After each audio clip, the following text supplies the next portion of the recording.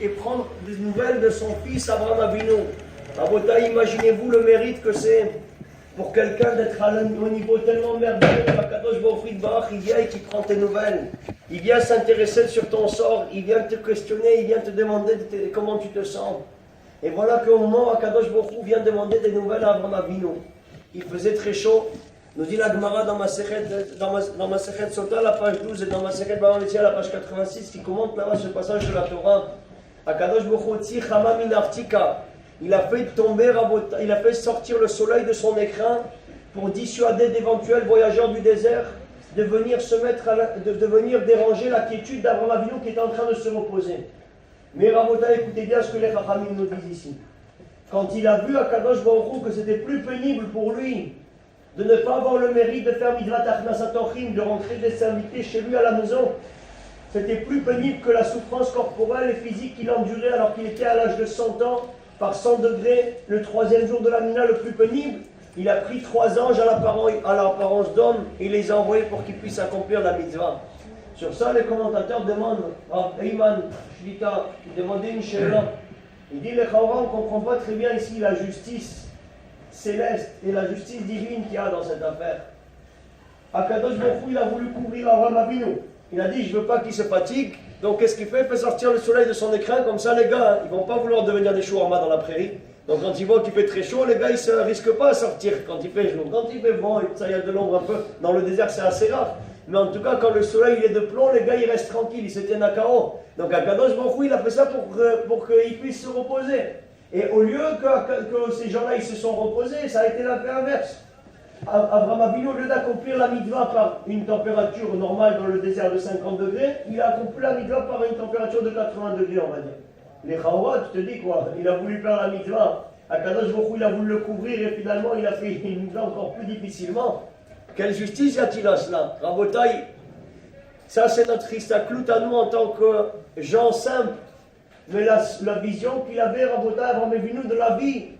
Le fait que mitzvah goreret mitzvah et srar mitzvah mitzvah, une mitzvah et on entraîne une autre, nous dit le Gaon de Vilna quelque chose d'incroyable.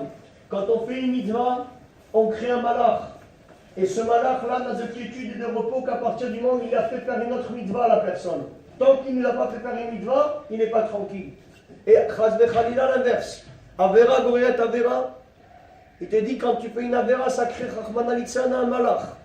Et ce malach-là n'a pas de quiétude et n'a pas là-bas sa sérénité tant qu'il n'a pas fait faire une autre avéra à la personne. C'est quelque chose de non-ravaillant.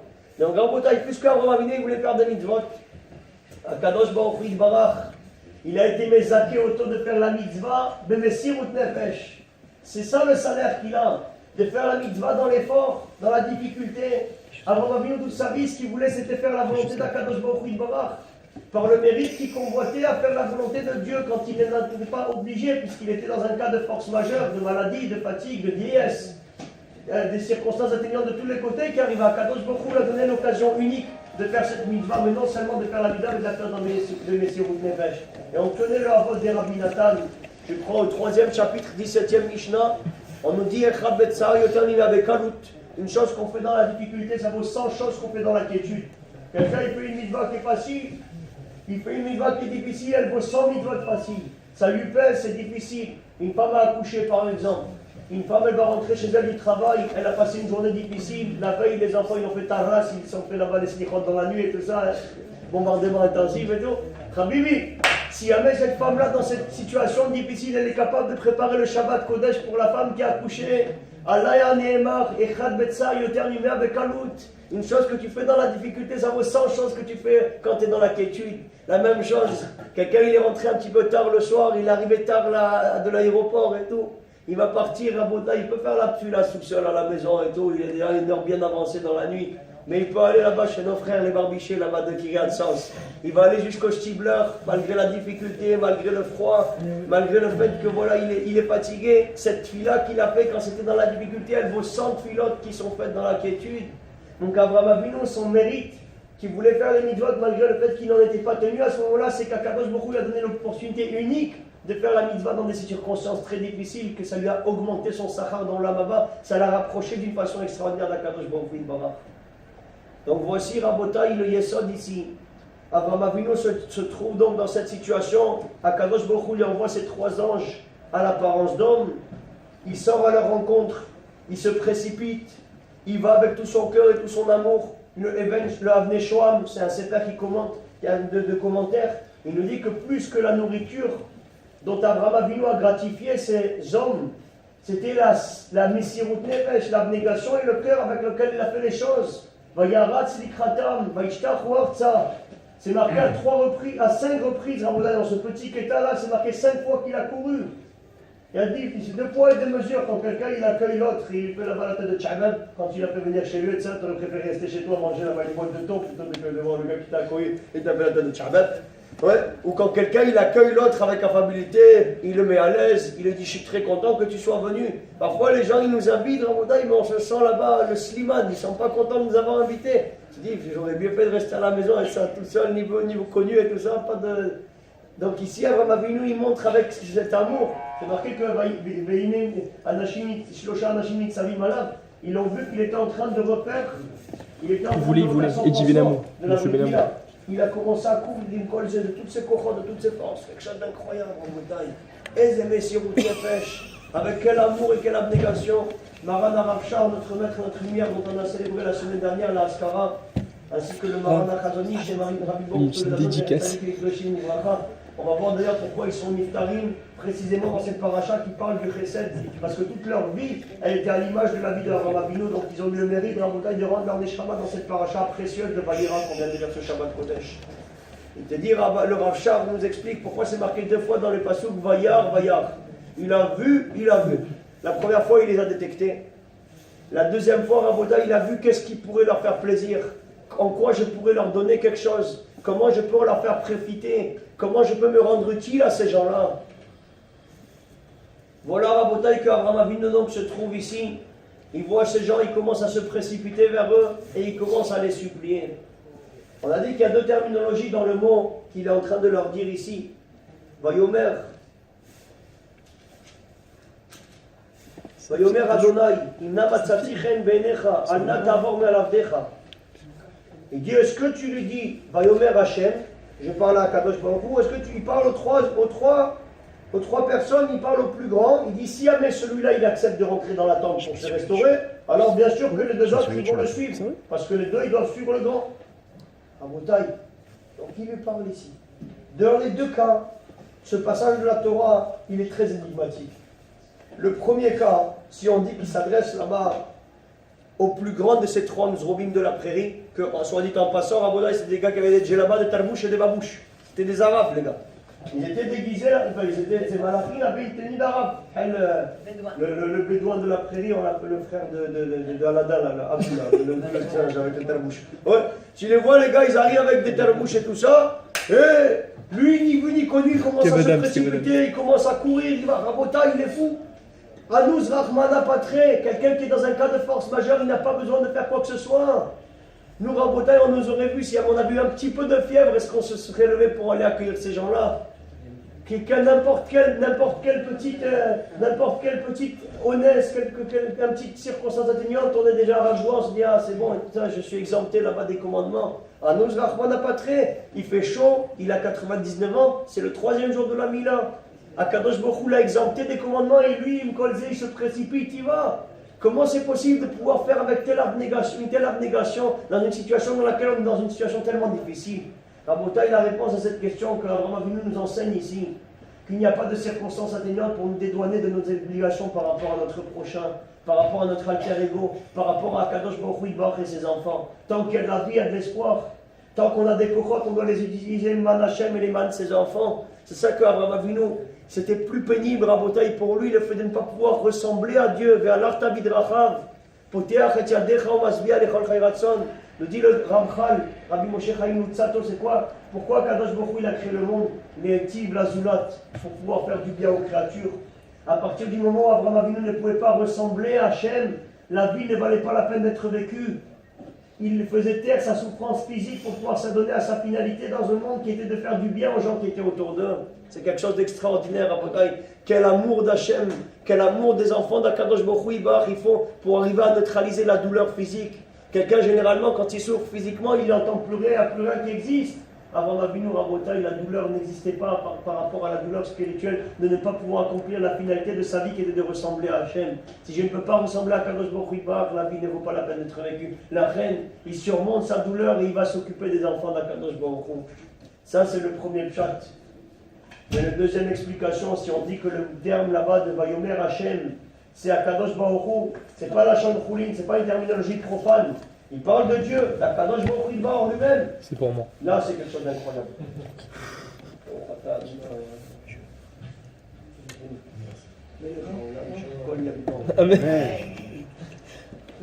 Là, c'est un truc de fou en montagne. Parce que là, il ne s'adresse plus au plus grand des trois zombis de la prairie. Il s'adresse à Kadosh Baruch Hu. Et qu'est-ce qu'il lui dit à Rabotai à ce moment-là? Vayomer Hachem, Ribono Shalom, s'il te plaît. Je te remercie beaucoup d'être venu me faire le kavod. Tu es venu chez moi là. Tu es venu me rendre visite. Le troisième jour de la nuit, tu me fais une babik au cholim. Babik, comme on dit chez nous en anglais. Sois le bienvenu. Ça fait plaisir. Mais je voudrais juste te dire quelque chose. Il y a ces trois mzrobim de la prairie là. Les fous là, je vais m'occuper d'eux et je vais revenir. Ne passe pas. Ne passe pas de devant ton maître. Ne passe pas là-bas de devant ton serviteur. Reste là à la maison. Une fois que je terminerai de m'occuper d'eux et de leur avoir dispensé les bienfaits que je dois leur dispenser, je reviendrai et je pourrai me nourrir de ta présence. Je pourrai me délecter de ta présence. Je pourrai être à tes côtés. À vos tailles. Imaginez-vous, on aurait eu le Rabba Saleh à la Vachalam qui aurait été chez nous à la maison. Imaginez-vous, on aurait eu Rabbi Baruch Toledano, on aurait eu Rabotai, le Rav Kadouri à la Shalom, Rav Chaim Kaneski, Badele Chaim Tovim, Rav Steinman, Rabbi David Abu Khatsera, Shirichiou, les Tzadikés Ador, les maîtres de la génération Rav Vadia Yosef Zatzal. C'est pas eux, Rabotai. Rabbi Akiva Eger, non plus. Rabbi Shimon Bar Yochai, Rabbi Akiva, il est chez toi à la maison. C'est pas ça non plus, Rabotai.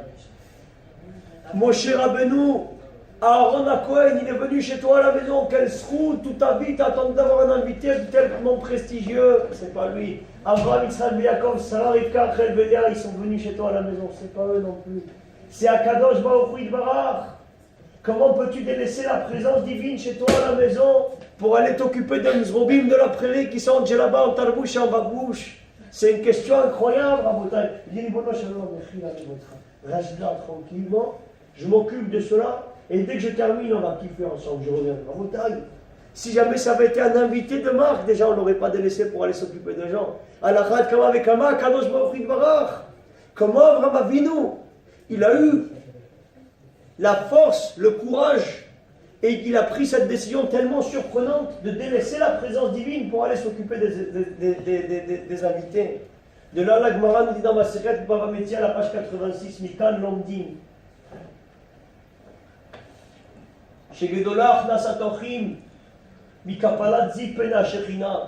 Il est plus grand le fait de recevoir des invités chez soi que de recevoir la présence divine chez soi. Tu as le mérite d'avoir des invités chez toi à la maison, c'est encore plus que si tu reçois quelque chose d'incroyable. Rabotai Atkama, c'est important. Quelqu'un il n'a pas où être le Shabbat, on lui ouvre la porte. Quelqu'un il est en difficulté financière, on lui dit venir manger chez nous. On est en venant vers les gens, on les rapproche. Tachatkan fait un shrina, c'est quelque chose de nifla bioter. Et des gens qu'on ne sait pas, ils sont nous, comment? Des gens qu'on ne sait pas, ils sont seuls. Des gens, on ne sait pas, ils sont seuls. C'est comme ça qu'il faut faire. Il faut se mettre à la croisée des chemins, comme le Rabbeinu Yoshem et Petach Rawel, il regardait là-bas. Vaillard, tu vois Rabotai, tu peux l'imaginer avec une longue vue. Pas que, parfois tu vois des types et tout ça, ils vont les voir là-bas au sentier et tout ça. Le gars, dès qu'on vient pour lui demander là-bas un peu de soutien pour les yeshivotes, le gars il est aux toilettes. Le gars il a la tourista toute l'année. Chaque fois que je vais là-bas, il te dit où tu es? Il a eu un petit problème. Je suis en train de taper. Rabbi, il est zaza. Ici, avant Avinou, il n'est pas en train de se dérober ou de dire genre je suis fatigué ou ça tape à la porte, tu fais comme si tu t'es endormi d'un côté ou de l'autre, tu n'as pas entendu contact. Il est en train de chercher, il a une longue vue là-bas, il scrute. Moi j'avais une preuve qu'il était marocain. Il est dire Balak et tout ça. Si vous passez par chez moi là-bas sans rentrer à la maison, allez où? c'est pas possible, vous pouvez pas me faire cet affront-là de passer à côté de chez moi sans rentrer à la maison, le drapeau est en berne, Rabotai. Vaillard, t'as dit Maran Arachar, il regardait, il escomptait, il convoitait avec tout son cœur de pouvoir faire du bien. Il suppliait à Kadosh Baruch Hu, bon Shalom, tu ne peux pas me faire ça. C'est pas parce qu'il fait chaud aujourd'hui qu'il n'y a pas de gens qui vont passer à Kadosh Baruch Hu. Il prend ses anges, il les déguise en homme pour qu'ils puissent accomplir la mitzvah. Ah, Rabotai, c'est quelque chose de Nora Vaillant. Et les gens aussi les plus éloignés. Il y a une question, je n'ai pas le temps de vous la dire, mais celui qui veut voir, il peut voir dans une goutte de lumière pour illuminer la journée, la différence entre l'hospitalité qu'il y avait entre Abraham, Avinu et entre Lot. Tu vois, Lot, Pechawa, lui aussi, c'était un patron dans l'hospitalité. Tu vois comment il s'est investi pour les gars, c'est un truc de fou. Il a vu là-bas les anges et tout. Là-bas, à Sdom, c'était pas de la rigolade. Hein. Si quelqu'un il faisait rentrer chez lui là-bas, fartas. C'était assourd de faire du chesed. Si quelqu'un il a fait une fois du chesed dans sa vie, on lui donne place sur l'homme à la fille de l'autre et tout. Comment la ville a été détruite? Ils ont pris la fille, elle a voulu faire là-bas du chesed avec quelqu'un. Ils ont détecté qu'il a fait du chesed, ils ont mis du miel sur elle, il y a des abeilles qui sont venues. Fartas, il n'y avait plus rien, Rabota. Ils ont fait là-bas. Les cris de cette fille-là, ils sont montés dans le ciel. C'est marqué, Rabota, la voix le col de Sdom vers moi sont arrivés dans le ciel. Et c'est comme ça que la ville elle a été détruite. Si quelqu'un avait l'outrecuidance, on va dire l'outrecuidance, ça fait longtemps que je l'ai pas dit. Il avait l'outrecuidance de faire du chesed, ça y est, il n'avait plus de droit de vivre. C'est pas que s'il ne fait pas du chesed, il n'a pas le droit à la vie. S'il fait du chesed, donc il a risqué sa vie, l'autre. C'était quelque chose de difficile. Et à côté, tu vois, Abraham Avinu, il est vieux, il est fatigué, c'est le problème de rien. Quelle est la Nazatachim qui est la plus grande? Le rave de brise qu'il avait découvert, regardez là-bas le sipon magnifique qu'il amène. Moi, je vous le dis, c'est pas grave, on est hors taxe, comme on dit chez nous. Hors forfait. Il dit, une fois, il était le Beth Alevi à la Vachalom, Dosh Hashem. C'était le Ganador, le maître de la génération, Marana Rav Shever Soloveitchik, d'une famille de nobles tzadikim. Il était un jour de passage quelque part. Et voilà qu'il avait mal calculé le temps, il est arrivé, il devait dormir dans une auberge, la nuit était tombée, il est parti voir l'aubergiste. Il lui dit alors, l'aubergiste et tout ça, j'aimerais pouvoir dormir à l'auberge, je suis prêt à payer une belle somme. Ah bébé, nous avons monopolisé et banalisé tout l'hôtel, toute l'aile gauche là-bas. D'ailleurs, on vous a amené là-bas, ne vous inquiétez pas, on va vous banaliser aussi une aile gauche de l'hôtel, comment on l'appelle celui-là, le Kinar à Tibériade, le Shabbat. Ça a été transféré de 2 semaines, c'est le 3 décembre, on vous attend, 3, 4 et 5. On vous attend tous, on va mettre le feu là-bas.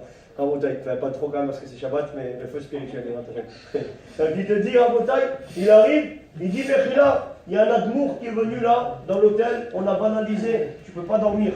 Habibi, je suis prêt à dormir avec les chevaux, dans l'écurie et tout ça, faites-moi un kiff, faites-moi même une petite place. Il a dit non, il n'y a pas de possibilité. Rabotai, le Rav Soloveitchik qui était en train de marcher dans les rues, il a tourné dans l'auberge pendant toute la nuit, ça, il s'est accroupi quelque part. À un moment, les Talmidim sont partis, les Talmidim de la Demande sont partis faire une des doutes. Ils sont sortis pour aller prier dans la nature et commencer à faire des Tfilat à Kadosh Baruch Hu, Tikkun Chatzot et tout ça. Et Rabotai, quelle ne fut pas leur surprise et leur stupéfaction quand ils se trouvent nez à nez avec le Gdolador, avec le Lord de la génération. Ils arrivent, mais il nous ressemble au Beth Alevi, celui-là il s'est déguisé quoi, c'est pas possible, il s'approche de lui, Rabbeinu, c'est vous? Il dit, qu'est-ce que vous faites là? Il dit, ben voilà, nous on vient chaque année, on vient dans cet hôtel, c'est le moment où on vient dans l'hôtel avec le Rebbe, ça on sort dans les endroits pour aller être Mechazek. Mais qu'est-ce que vous faites là, Rabbeinu, avec les chevaux, avec le foin, avec la paille, qu'est-ce qui s'est passé, Rabotai? Qu'est-ce qui s'est passé?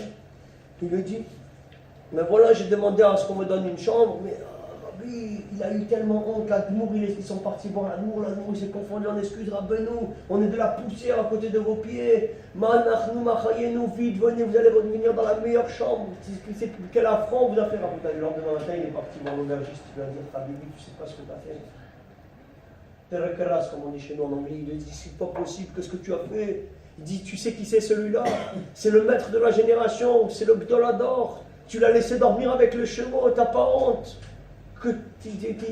Heureusement pour toi qu'il est gentil et tu serais transformé là-bas en statue de sel, toi aussi, sinon. Comme Asdom. Avant il arrive chez le gars, il commence à lui parler.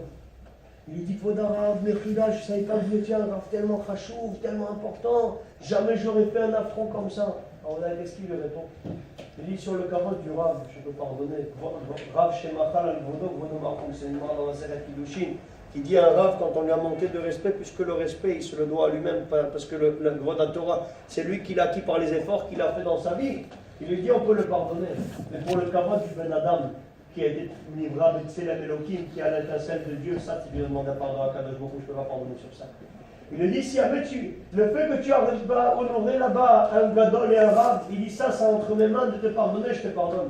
Mais le fait que tu n'as pas du respect pour n'importe quel barnache, n'importe quel enfant d'Akadosh Baruch Hu Barach, sur ça, je ne peux pas te pardonner. Ça, c'est des comptes que tu as à régler avec Akadosh Baruch Hu Barach.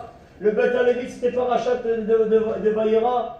Il a dit j'ai compris par le mérite de ce qui m'est arrivé ce soir-là, quelle était la plus grande Akhnasatorim entre celle d'Abraham Avinu et entre celle de Lot. Enfin, il dit Lot, il a risqué sa vie. Et c'est marqué dans le verset, Lot, il a levé ses yeux, il a vu des anges. Abraham Avinu, il a levé ses yeux, il a vu des hommes. Dès qu'ils avaient une djellaba de Talmouche et des babouches. Lot, la seule raison pour laquelle il a couru vers eux, c'est parce que c'était des gens honorables, des gens prestigieux. Ça veut dire que le kavod, ce n'était pas pour celui qui est invité, c'est pour celui qui invite. Il y a une Gemara qui dit que des gens chashuvim, par exemple quand on veut être Mekadesh, normalement il faut donner de l'argent à une femme. Mais si quelqu'un il est tellement important que le fait de recevoir un cadeau, c'est lui qui fait une tova à l'autre de lui permettre de recevoir un cadeau, il dit la femme elle est l'écoute de cette aussi. Pourquoi? Parce qu'elle a reçu l'opportunité et le bénéfice de pouvoir donner le cadeau à cette personne-là qui est prestigieuse. De la même façon, il y avait un rab, il le dit, il voulait l'inviter, tout ça, à la Gemara dans Chagiga. Il raconte qu'il y avait un rab, il voulait l'inviter pour lui faire une seuda et tout ça, lui faire un kiff et tout. Il a dit, mais Chila, et tout ça, je ne viens pas. Il dit, oh, le rabbi, venez et tout ça. Il dit, c'est marqué sonner à ta note crier. Celui qui aime la vie, il a eu les cadeaux. Et celui qui prend les cadeaux, et alors ça le rapproche de la mort. Vous voulez me tuer. Après, jusqu'à un moment, il a vu que finalement, c'est lui qui leur faisait une tova de venir chez eux, alors il a accepté de venir. Donc ici, Rabotaï, qu'est-ce qu'on voit? On voit que Lot, pourquoi il acceptait les gens? Parce que c'était des gens importants, mais Abraham Avinu ne faisait pas la distinction entre les petits et les grands. N'importe quelle personne qui arrivait, il avait à tout son cœur, avec toutes ses forces. Encore une fois, on revient donc à la question qu'on a demandée. Abraham Avinu, on a aujourd'hui le Shulchan Aruch qui dit c'est plus grand d'accepter chez nous la présence des invités que de recevoir la présence divine chez nous. Nous, on le sait, c'est marqué aujourd'hui dans le Shulchan Aruch, mais comment Abraham Avinu, avant la Torah, il avait compris une chose pareille? Il a compris, Rabotaï, Abraham Avinu, à la Vachalam. La finalité de la vie et de l'existence. Vous savez, Rabotaï, pourquoi on est venu dans ce monde? Il y a une Gemara dans ma Sechet Erwin à la plage 22, elle nous dit Asher Anochi Metzavecha Ayom, Ayom la Sotam ou Machar Litol Scharam. Aujourd'hui, pour accomplir les commandements dans ce monde, et demain pour en récolter le salaire. Aujourd'hui, dans ce monde, pour faire les commandements. Comme il dit Rabbi Yaakov dans le Pirkei Avot, Aolam Hazeh, domé les proches d'or bipnei Olam Haba. Et quel est attinéra des proches d'or que de l'Ikanet Betrachim. Ce monde ressemble à une antichambre devant le palais de l'éternité. Prépare-toi dans le couloir de ce monde pour entrer dans le palais de l'éternité. Des mitzvot, de la Torah, du chesed, de la tzedaka, du kavod à ton mari, du kavod à ta femme, d'une bonne éducation pour les enfants, des teilim, des tfilot, des mishnayot, des pages de Gemara, des tzedakot, du fait de faire du chesed avec les autres, c'est des mitzvot pour l'éternité. Avec ça, tu arrives pour l'éternité dans l'Olam Haba. Donc il te dit, ce monde-là, c'est le couloir. Dans ce monde-là, tu accomplis les mitzvot, et dans le monde futur, tu reçois le salaire. C'est quoi le salaire des tzadikim dans l'Olam Haba? Nous dit le Ramchal, Rabbi Moshe Chaim Mutsato dans Messiah Tchecharim, dans la voie des justes, dans l'Agdama, dans l'introduction, te dit les tzadikim dans l'Olam Haba, ils s'assoient avec une couronne sur leur tête et ils jouissent de la splendeur, de l'éclat de la majesté divine. Plus quelqu'un, Rabotai, il s'est sanctifié, il s'est purifié dans ce monde. Il a fait attention à ses yeux. Meler beyofi otechezena. Il a fait attention à ses yeux, Rabotai. Il n'a pas regardé des mauvais films. Il a baissé les yeux quand il voyait les pubs de Dior de 3 mètres sur 4 de la Mzroba de la prairie, bienvenue au Gehinam. Il a fait attention de mettre le filtre sur son téléphone pour ne pas inviter toutes les Mzrobot de la prairie dans son salon. En quelques clics, il peut amener toute la touba du monde chez lui. Rabotai, à ce moment-là, c'est marqué qu'il a le mérite de voir la gloire d'Akadosh Baruch Hu Barach. Hachem nous dit dans le Midrash, mon fils, donne-moi tes yeux et ton cœur, je saurai que tu m'appartiens, et sinon tu appartiens à Nabucodonosor et à son armée. Rabotai, plus quelqu'un s'est sanctifié, il s'est purifié, plus il a le mérite de voir Akadosh Baruch Hu avec proximité. Donc Abraham Avinu était conscient de ce yesod-là, de la finalité de la vie et de l'existence qui est de jouir de la splendeur, de l'éclat de la majesté divine. Mais il sait que ça, c'est le salaire des tzadikim. Et Rabotai, il se dit donc, Ayom la sotam machar litol scharam. Je suis confronté maintenant à une chose. Je reçois Kadosh Baruch Hu Barach, c'est le salaire. D'un autre côté, il y a des invités qui n'ont pas où être. C'est Ayom. Ayom la Sotam aujourd'hui pour accomplir la mitzvot et demain pour recevoir le salaire. El Machar d'Ochel Ayom. Le Machar, le fait de recevoir là-bas le salaire, de recevoir Kadosh Baruch Hu chez soi, c'est le salaire. Le salaire ne recrute pas les mitzvot. Raison pour laquelle il ne voulait pas prendre son lamaba dans le lamazé. Il a dit ça, je le garde pour demain. Je ne veux pas me priver de pouvoir accomplir les commandements d'Akadosh Baruch Hu. Il dit, mais Hachem va se vexer. Donc tu le laisses et tout ça, alors qu'il est venu te rendre visite, tu vas t'occuper des gens. Mais Akadosh Baruch Hu, dans sa Torah, il a marqué qu'aujourd'hui, il faut faire les commandements pour pouvoir demain recevoir le salaire. Si maintenant je reçois Akadosh Baruch Hu, je reçois le salaire, je passe à côté des commandements. Donc il a compris, Raboudai, que El Machar Dochel Hayam, et avec ça, il a compris qu'il fallait délaisser Akadosh Baruch Hu pour aller s'occuper des enfants d'Akadosh Baruch Hu. Quelque chose d'incroyable, Raboudai, c'est un yesod magnifique. Ce yesod-là, ce vecteur magnifique, cet axiome de base a été le basis, la base de toute la vie de Marana Chazonish, Marana Rav Shach, Rabbi Baruch Toledano Aleichem Shalom, qui sont niftarim dans la paracha de la semaine dernière, dans cette paracha de Vayera. Pourquoi? Parce qu'ils ont été à l'exemple de toute leur vie, elle était à l'exemple de ce qu'Abraham Avinu il a fait avec Akadosh Baruch Hu pour aller s'occuper des enfants de Dieu. Le Chazonish. C'était un géant, Rabotai. Dans le livre des quelques gouttes de lumière pour l'éternité, on a mis la photo des rabbinim, parce que c'est marqué que les yeux doivent voir les mettre. Ce livre qu'on a écrit à la mémoire de mon papa, la Shalom. Ici, vous avez le Chazonish qui était un gadol d'or, le maître de la génération précédente. C'est quelque chose d'incroyable. On ne peut pas savoir, Rabotai, et arriver à comprendre à Kama il était investi dans le Limud Torah. Les médecins du monde entier venaient lui rendre visite pour se conseiller avec lui. Il avait une connaissance du cerveau, a dit le professeur Ramielevitch de Bellinson. Il a vu une fois un problème très très compliqué. Il a dit par où il faut passer dans le cerveau. Il a fait là-bas un schéma, il lui a montré exactement par où il fallait passer. Il a dit de ma vie, parmi les plus grands doyens de toutes les universités du monde, j'ai pas vu quelqu'un qui connaissait le cerveau humain comme le connaissait le Chazonish. Il a dit mais Koussé, que tu as étudié, comment tu connais tellement de choses, qui sont tes maîtres? Il a dit jamais il avait ouvert un livre de médecine dans sa vie, Rabotai. Il a étudié de toutes ses cochodes et de toutes ses forces. Le Rambam, qui était le médecin du roi en Espagne, il a étudié la Gemara dans Masechet Choulin, les Rishonim et la Charonim. Avec ça, Akadosh Baruch Hu, quel Geroïta ou Boréalma, il a regardé dans la Torah, il a créé le monde. Rabotai, le plan de la création du monde, c'est la Torah. À fort bas des couloirs. Tourne la Torah dans un sens et dans l'autre, tu verras que tout y est contenu. Le Chazanish était un génie. Une fois, ils sont venus le voir, il y avait une panne d'électricité à Bnei Brak. Ils ont emmené tous les plus grands électriciens là-bas de tout le pays, les plus ingénieurs là-bas, du Technion et de ponts et chaussées, des mines là-bas et de Polytechnic School of London, etc. De tous les côtés, ils sont arrivés, les gars. Jusqu'à qu'ils ont dit, ils ont levé les mains, ils ont dit, les gars, on n'arrive pas, il faut qu'on aille ranger le Chazonish. Ils arrivent chez le Rav. Le réveil, il leur a dit, les amis, je voudrais voir le plan quelques secondes. Il a levé ses yeux vers Hachem, Ribono Shelolam, Melech Malcham Lachim. Éclaire-moi les yeux pour que je puisse solutionner ce problème des gens qui sont dans l'obscurité, qu'on puisse leur ramener la lumière. Il voit le plan, 1 minute, ça lui a pris Rabotai. Il a dit, je pense qu'il y a un court-circuit entre ces deux-là. Inversez-les, ça ira, Bezrat Hachem. Ils ont fait Rabotai à la Makom, ça a marché. Parce que les plus grands ingénieurs de tout Israël n'arrivaient pas le Chazonish en 1 minute, Rabotai solutionner ça. C'était un génie. Quel messire nefesh et quelle abnégation dans la Torah. Il mettait sa neshama pour la Torah. Il étudiait de toutes ses kochot et toutes ses forces. Il a écrit un livre qui s'appelle le Chazonish. Chazonish, c'est des initiales de son nom. C'est pas son, ils n'avaient pas Chazonish, c'est pas son nom et son prénom. Abraham Yeshaya Yom Karitz. Voilà, sa tombe, il est enterré à Bnei Brak, mais il était là-bas, j'ai prié pour vous la semaine dernière. 3 jours j'étais au cimetière, un jour pour le Chazonish, le lendemain pour le Rav Shach et le surlendemain pour Ali Orthodono, qui sont enterrés tous à un jour d'intervalle. Dans les Smarot, vous allez. Comment? Vous allez plus que dans des Smarot. Bezrat Hashem, c'est la Iloula des Tzadikim, ils se réjouissent dans l'Olam Haemet, ils vont prier pour nous amener la Géoula Bekara, Bezrat Hashem. Donc j'arrive à Botaï, je vous disais donc le Chazonish, c'est ses conclusions à l'Afrique qu'il a marqué. Pour comprendre un saïf là-bas, il faut se faire tomber tous les cheveux. Combien il faut se mettre? À Botaï, vous savez quand est-ce qu'il écrivait ces psakim? Quand il s'était évanoui 2 ou 3 fois.